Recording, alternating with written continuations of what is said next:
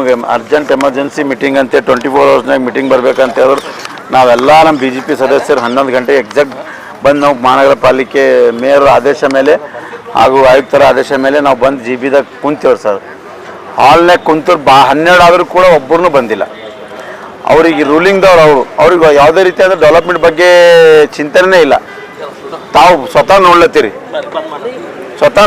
ತಾವು ಏನು ನಡೆದ ಕಾರ್ಪೊರೇಷನ್ದಾಗ ಅಂತೇಳಿ. ಇವತ್ತು ರೂಲಿಂಗ್ದಾಗ ಒಬ್ಬರು ಬಂದಿಲ್ಲ, ಪೂರಾ ಹಾಲ್ ಖಾಲಿ ಇದೆ. ಅವ್ರಿಗೆ ಒಂದು ಸಿಟಿ ಬಗ್ಗೆ ಏನ್ರೆ ಡೆವಲಪ್ಮೆಂಟ್ ಬಗ್ಗೆ ಏನ್ರೆ ಅವ್ರ ಬಲ್ಲಿ ವಿಚಾರಧಾರೆಗಳು ಏನ್ರೆ ಇದ್ದು ಅಂದ್ರೆ ಬರ್ತವೆ. ಇವತ್ತು ತಮ್ಮ ಗಮನಕ್ಕೂ ಅದ ಸುಮಾರು 15 ದಿವಸ ಆಯ್ತು ಕಾರ್ಪೊರೇಷನ್ದಾಗ ಬಂದಾಗಿ ಯಾವುದೇ ರೀತಿಯಾದಂಥ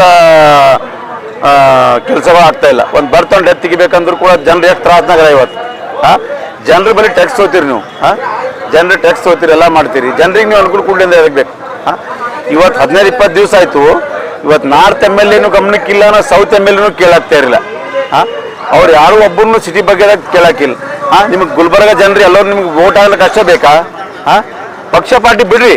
ಇವತ್ತಿಂತ ಒಂದು ದೊಡ್ಡದೊಂದು ರಂಜಾನ್ ಬರ್ತದೆ ಮುಂದೆ ಬರೋ ದಿನಗಳಾದಾಗ, ಶ್ರಾವಣ ಅಪ್ಪನ ಜಾತ್ರೆ ಬರುತ್ತೆ.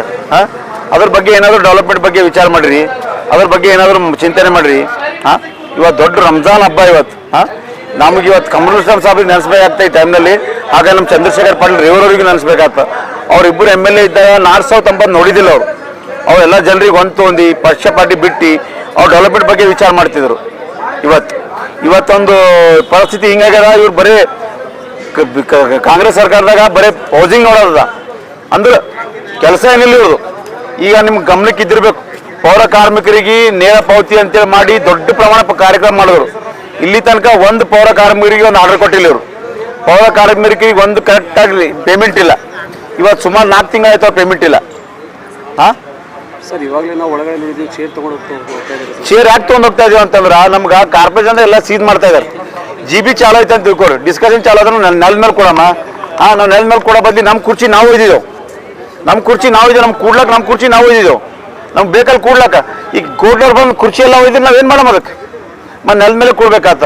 ಈ ಕಾರ್ಪೊರೇಷನ್ ಬಂದ ಕಾರ್ಪೊರೇಟರ್ಗಳು ನೆಲದ ಮೇಲೆ ಕೂತ್ ಮೀಟಿಂಗ್ ಮಾಡೋದಕ್ಕೆ ನಮ್ಮ ಇಜ್ಜತ್ ನಾವು ಉಳ್ಕೋಬೇಕಂತ ನಮ್ಮ ಕುರ್ಚಿ ನಾವು ಇದ್ದಿದ್ದೆವು ಸರ್.